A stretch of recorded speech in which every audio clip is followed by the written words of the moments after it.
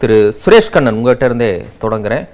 இந்த சட்ட மோதலுக்கு அப்பால் திரு கே.ஏ. செங்கோட்டையன் சொன்ன வார்த்தைகள் ரொம்ப முக்கியத்துவம் வாய்ந்ததா பார்க்கப்படுது. அதிமுக தனித்தே களம் காண்கிறது அப்படின்னு செங்கோட்டையன் பேசி இருக்கிறார். கூட்டணி என்ன ஆச்சு? வணக்கம். அனைவருக்கும் தெரியும் இக்கால சூழ்நிலை எப்படி இருக்கின்றது என்று சொல்லி. இந்த சூழ்நிலையில் எல்லா கட்சியும் கொஞ்சம் சேஃபா இருக்க விரும்புறாங்க. யாரும் எந்த ரிஸ்க்கும் எடுக்க விரும்பல. இல்ல அவங்க என்னன்னா ரெண்டு பக்கமும் இல்லாம நல்ல பிள்ளை ஆயிக்கணும்னு நினைக்கிறாங்க. நீலுக்கு நீர் வலித்தவர்கள் எல்லாம் இப்போ யார் ஜெயிக்கிறாங்கன்னு பாப்போம், அவங்களோட போய் சேர்ந்துக்கிடுவோம் அப்படின்னு நினைக்கிறாங்க. அதான் அதோட காரணமே தவிர வேற எந்த காரணமும் கிடையாது. இன்னொன்னு இது அம்மா இதுல யார் சார் நீலி? இந்த வார்த்தையை நீங்க அடிக்கடி பயன்படுத்துறீங்க. யார் நீலி? இல்ல ஒரு விஷயம், ரெண்டு பிரிவு ஆயிடுச்சு. ரெண்டு பிரிவு ஆன பிறகு திருப்பி சேருங்கன்னு சொல்லுவது யாரெல்லாம் சொன்னாங்களோ அவங்களாம் நீலிக்க நீர் வடிக்கிறோம். அதான் உண்மை. சேர முடியாது நல்லா தெரியும். சேருவதற்கான வாய்ப்பு குறைவு என்று தெரியும். தெரிந்த பிறகும் அந்த செய்தியை மீண்டும் மீண்டும் சொல்லிக் கொண்டிருப்பதில் கடினமான செயல் அந்த செயல். அதை சொல்லிக் கொண்டிருப்பவங்க நீலிக்க நீர் வடிப்பவங்க. இப்ப ரொம்ப தெளிவாகவே முதவே எல்லோருக்குமே ஓரளவுக்கு தெரியும். இவங்க எப்படின்னா கூட்டணி கட்சியில் இருப்பவங்க பாட்டாளி மக்கள் கட்சி வேகமா சொல்லிட்டாங்க, நாங்க பொதுவா இருக்கோம், யாருக்கும் ஆதரவு இல்லைன்னு சொல்லிட்டாங்க. ஒவ்வொருத்தரும் இந்த செக்மெண்ட்ஸ் இருப்பாங்க, நீங்க முடிவு பண்ணிக்கங்கன்னு வர இருப்பாங்க. களத்தில் மோதி வெற்றி பெற்று வரும் பொழுது இவங்க எல்லாம் பின்னாடி கூட்டணிக்கு வரிசையில் நிற்பாங்க. அடுத்த நாடாளுமன்ற தேர்தல், சட்டமன்ற தேர்தலில் அண்ணன் இபிஎஸ் பின்னாடி நிக்கக்கூடிய சூழ்நிலை உருவாகும். இதுதான் இன்றைய கள நிலவரம். முடியல, உங்களை நம்பி ஏன் யாரும் வர தயாரா இல்ல? இதுக்கப்புறம் நாடாளுமன்ற தேர்தலுக்கு நிப்பாங்க, சரி இப்ப ஏன் வரல?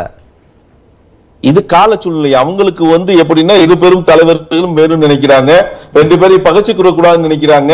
ரெண்டு பேரும் யாரு பெரியவங்க நிரூபிச்ச பிறகு போகலாம் நல்லதுன்னு நினைக்கிறாங்க. அப்ப அவங்க பெரிய சுயநலத்துல இருக்காங்க. மாறி போய் சேர்ந்துட்டா அவங்களோட அரசியல் வாழ்க்கை வீணா போயிடும்.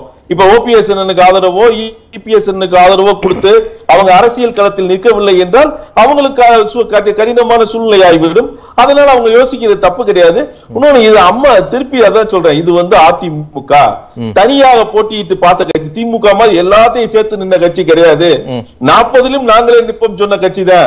தனியரசனுக்கு தெரியும் அந்த சூழ்நிலையில் அவர்லாம் எம்எல்ஏ கேண்டிடேட். அப்ப அதிமுகவின் அந்த ஒருவர் இருவர் இணைய கூட்டணியில இருந்ததுல அண்ணன் தனியரசனை கட்சி ஒரு கட்சி, அந்த கட்சி அவங்க அண்ணன் அப்ப எம்எல்ஏ இருந்தாங்க. அப்ப முழுவதும் கொடுத்தாங்க, இரட்டை சின்னம் தான் தமிழ்நாடு முழுவதும். அப்படி பார்த்த கட்சிக்கு இதெல்லாம் ஒரு பயமே கிடையாது. நானும் கேக்குறேன், அப்படி எல்லாம் பார்த்த கட்சி 2019 கூட்டணிக்கு என்னென்ன பண்ணுச்சு, 2021 கூட்டணிக்காக என்ன செஞ்சது, இப்ப கூட்டணிக்காகவும் எதிர்காலத்துல மெகா கூட்டணி அப்படிங்கறதையும் திரும்ப திரும்ப வலியுறுத்தக்கூடிய ஒரு கட்சியா இன்னைக்கு அதிமுக மாறிடுச்சா அப்படிங்கறதா விஷயம். நீங்க சொல்றதுக்கும் இப்ப நடக்கிறதுக்கும் முரண்பாடு இருக்குதா? இல்ல, இந்த இடைத்தேர்தலை பற்றி எங்கேயுமே அண்ணன் எடப்பாடியார் பேசவில்லை. அவர் பேசினது எல்லாமே மெகா கூட்டணி நாடாளுமன்ற தேர்தல் இல்ல. நான் விரிவாக கேட்கிறேன் திரு சுரேஷ் கண்ணன். நீங்க 40க்கு 40 234 தொகுதிகளிலும் இரட்டை இலை சின்னை செல்வி ஜெயலலிதா கொண்டு அப்படி எல்லாம் சாதிச்சு காட்டுனாங்க அப்படின்னீங்க. இன்னைக்கு திரு எடப்பாடி பழனிசாமி தலைமையில இருக்கக்கூடிய அதிமுக வளரும் கட்சிகள் கிட்ட போய் அவங்கள நேரடியா சந்திச்சு ஆதரவு கேட்கக்கூடிய ஒரு நிலை இருக்கு. இப்படியான ஒரு நிலைக்கு அவங்க வந்துட்டாங்கன்னு உங்களை பார்த்து சிலர் பரிதாபப்படக்கூடிய செய்திகள்லாம் கூட வருதே, அதை எப்படி பாக்குறீங்க? சில நேரம் சில பேர் பரிதாபமாக பேசுவாரு, பரிதாபம் மாதிரி பேசுவாங்க. இது கால சூழ்நிலை. அதாவது எப்படின்னா ஒரு சீட்டே தமாக நிக்க வேண்டிய சீட்டை கேட்டு பெற்று அந்த இடத்தில் நின்று வெற்றியை காண்பதற்காக போகும்போது எல்லோரையும் அனுசரிச்சு பேசுவாங்க. ஒரு கட்சி ஒரு 500 ஓட்டு வச்சிருக்க கட்சியை கூட மதிப்பாங்க. எலெக்ஷன் அதுதான். அதனால உடனே போய் கேட்டாங்க உடனே செய்யறாங்கலாம் கிடையாது. தார்மீக அடிப்படையில் கூட்டணி கட்சியை போய் கேட்பது முறை. அவங்க கொடுப்பதும் கொடுப்பாதும் அவங்களோட இஷ்டம். இப்ப அண்ணன் ஏசி சண்முகம் கூட பிஜேபிக்கு ஆதரவுனாரு, பிஜேபி நிக்கலன்னு ஒரு முடிவு எடுத்துட்டாங்கன்னு வச்சுக்கோங்க. அப்ப யாருக்கு ஆதரவு? அப்ப பிஜேபி ஸ்டாண்ட் அவர் எடுப்பாரு. அப்ப இது களத்தில் ரொம்ப நல்ல விஷயம். அவங்க ஒதுங்கி நின்றது நல்ல விஷயம். யாருக்கேனும் ஒருத்தருக்கு ஆதரவு கொடுத்து கெட்ட பேர் வாங்காம களத்தில் இபிஎஸ் ஓட்டு இது, ஓபிஎஸ் ஓட்டு இது, இதுதான் செல்வாக்கு நிரூபிக்கிறதுக்கு ஓபன் வாய்ப்பா கிடைச்சிருச்சு. நல்ல விஷயம், அந்த விஷயம் தப்பு கிடையாது. சரி, இல்ல சரி தப்புன்னு சொல்லல. சரி, தொடர்ந்து பேசலாம். திரு தனியரசு, இபிஎஸ் இடையீட்டு மனு தாக்கல் செய்திருக்கிறார். அதனை தொடர்ந்து ஓபிஎஸ் தரப்புல கேவியட் மனு தாக்கல் செய்வதற்கான நகர்வை மேற்கொண்டிருக்கிறாங்க. எப்படி புரிஞ்சுக்கலாம்? அந்த இருமுனை தலைமையை கைப்பற்றுவதில் அண்ணன் இபிஎஸ் ஓபிஎஸ் கூட இருக்கிற அந்த கூர்மையா இருக்குங்கிறத நம்ம பாக்குறோம். அது இந்த ஈரோடு கிழக்கு சட்டமன்ற இடைத்தேர்தல் அதை இன்னும் வலிமைப்படுத்தி இருக்கிறது. அது உச்ச நீதிமன்றத்துல தீர்ப்பு வரல, ஆனா ரிசர்வ்ல இருக்கிறது. ஆனா அதை வந்து விரைந்து வழங்க இந்த இடையீட்டு மனு அண்ணன் இபிஎஸ் பண்ணிருக்காங்க. அதுல எங்களை கேட்காம எதுல தீர்ப்பு வந்துடக்கூடாதுங்கிறதுலயும் கேவிட்டாவும் அண்ணன் ஓபிஎஸ் அண்ணா வந்து திங்கட்கிழமை அன்னைக்கு நீதிமன்றத்தை அணுகக்கூடும். ஆனா நீங்க ஏற்கனவே சொன்ன மாதிரி இரட்டை இலை சின்னம் யாருக்கு கிடைக்குது, நீதிமன்ற தீர்ப்பு எப்படி என்ன சொல்ல போறாங்க, தேர்தல் ஆணையம் என்ன சொல்ல போகுதுங்கிறத ஒட்டி இப்ப பாஜகவினுடைய முடிவு அல்லது இப்ப புதிய நீதி கட்சி மாதிரி இந்த மாதிரி பல்வேறு நம்முடைய தோழமை கட்சிகள் எல்லாம் ஆனா இபிஎஸ்ஐ ஆதரிப்பதா ஓபிஎஸ்ஐ ஆதரிப்பதா அப்படிங்கிறதுல ஒரு தடுமாற்றம் இருக்கிறத நீங்க நெறியாளர் வினவனீங்க. அதுல எங்க சுரேஷ் கண்ணனும் அதுல தடுமாறுறத நான் பார்த்தேன். ஏன்னா நீங்க இப்ப எடப்பாடி எல்லா கட்சியிலையும் போய் கதவை தட்டி ஆதரவு கேட்ட பொழுதும் எந்த கட்சியும் நிபந்தனை இல்லாமல் எடப்பாடி ஆகிய உண்மை இல்ல இது இபிஎஸ்க்கு மட்டும் இல்ல ஓபிஎஸ்க்கும் அதான உங்ககிட்டயும் உங்களை தடுமாற வைக்கக்கூடிய கேள்விகள் கேட்க முடியும் திரு தனியரசு. இப்ப நீங்களும் அதற்கான ஒரு பதில வச்சிருக்கிறீங்களா? தனியரசு பல ஆண்டு கணக்குல விவாதங்கள்ல பங்கெடுக்கும் போது பாஜகவை கடுமையா சாடுறீங்க. ஆனா ஓபிஎஸ் இன்னைக்கு பாஜக வேட்பாளரை அறிவித்தால் நாங்க பின்வாங்க தயாராக இருக்கிறோம் அப்படின்னு பாஜகவுக்கு ஆதரவு கரம் கொடுக்கிறார். அந்த நிலையிலும் தனியரசு ஓபிஎஸ்ஐ ஆதரிக்கக்கூடிய ஒரு நிலை தானே இருக்கு.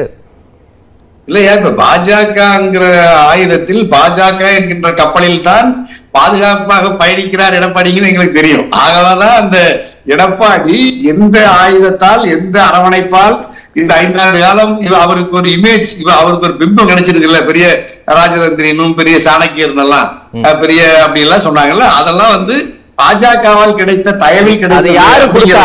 நீங்க சொல்லக்கூடிய அந்த ராஜதந்திரி சாணக்கியர் பற்ற யாரு கொடுத்தா? இப்ப நீங்க தான் கொடுக்குறீங்க. இல்ல அப்படின்னு பொதுமக்கள் விவாதங்கள்ல எல்லாரும் பல பேர் சொன்னாங்க. அவர் வந்து நம்ம கட்சியை ஆட்சியெல்லாம் கட்டி காத்தாரு, பெரிய திறமைசாலி. சரி, நான் அங்கீகரிக்கலையா? அந்த அப்படி சொன்ன அந்த வார்த்தைகள் அப்போ தவறானது. அந்த எடப்பாடிக்கு அந்த தகுதியை தந்தது டெல்லி ஐயா மோடி, ஐயா அமித்ஷா. ஆகவே இவர்கள் வந்து இவர் அப்படிப்பட்ட தகுதி நிலையில எடப்பாடியுடைய சொந்த திறமையால இந்த நகர்வு அல்ல இந்த ஆளுமை அவருக்கு கிடைக்கல.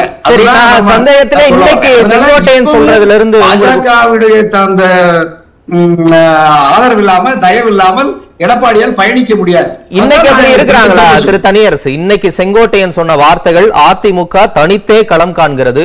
இன்னும் 2 நாட்கள்ல யார் யார் எங்க கூட்டணியில இருக்கிறாங்கன்னு தெரிய வரும். மறைமுகமா அவர் சொல்லக்கூடியது பாஜக இருந்தாலும் போட்டி இல்லைன்னாலும் போட்டி, இந்த மாதிரி திரு ஓபிஎஸ் ஆல சொல்ல முடிஞ்சதா? முடியல. இல்ல அதுக்கு நகர்த்ததுக்கு தான் ஓபிஎஸ் என்ன ஃபர்ஸ்ட் கார்டு முதல்ல வந்து பாரதிய ஜனதா கட்சிக்கு அந்த வாய்ப்பை தந்துட்டாரு. இப்ப அதுதான் பாஜகவுக்கு என்ன தடுமாற்றம்னா, இப்ப அண்ணாமலை வந்து நீங்க எப்பவுமே தடுமாறாத ஏதோ தன்னுடைய கருத்தை எல்லாம் வலிமையா உறுதியா பொய்ய சொன்னாலும் அதை உறுதிப்பட சொல்றதுல கெட்டிக்காரரா இருக்கிற அண்ணாமலை கூட இந்த முடிவுல நீங்க 2-3 நாட்களா 4 நாட்களா பாஜக தடுமாறி ஈரோடு கிழக்கு சட்டமன்ற தொகுதியில நீ இப்ப தாமரை நிற்கிறதா இல்லையா, அல்லது நிற்கவில்லை என்றால் கூட்டணியில் நீங்க அதிமுகவை ஆதரிக்கிறதா இல்லையா? அதிமுகவில் சிக்கல் இருக்கிறது, 2 பேரும் போட்டிக்கு தயாரா இருக்காங்கன்னா நீங்கள் எடப்பாடியை ஆதரிக்கிறீர்களா அண்ணன் ஓபிஎஸ் ஆதரிக்கிறீர்களா? இது வரைக்கும் பதிலே சொல்லல.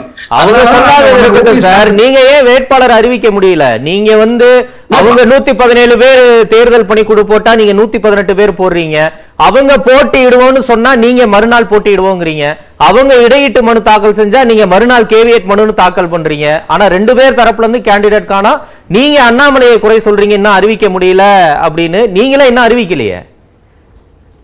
ஆமாயா, இப்ப நாங்க தான் பாஜகவுடைய முடிவுக்காக காத்திருக்கிறவனு பகிரங்கமா இன்னைக்கு கூட எங்க ஸ்போக் பர்சன் அண்ணன் ஜேசிடி பிரபாகரன் சொல்லிட்டார்ல. மனோஜ் பாண்டியனும் நம்ம ஜேசிடி பிரபாகரனும் அங்க இருக்கிற எல்லா ஆளுமையிலும் சேர்ந்து மிக வலுதியா புகழைத்தேனர் உட்பட எல்லாம் உறுதியா சொல்லிட்டாங்க. பாரதிய ஜனதா கட்சியின் முடிவுக்காக காத்திருக்கிறோம்.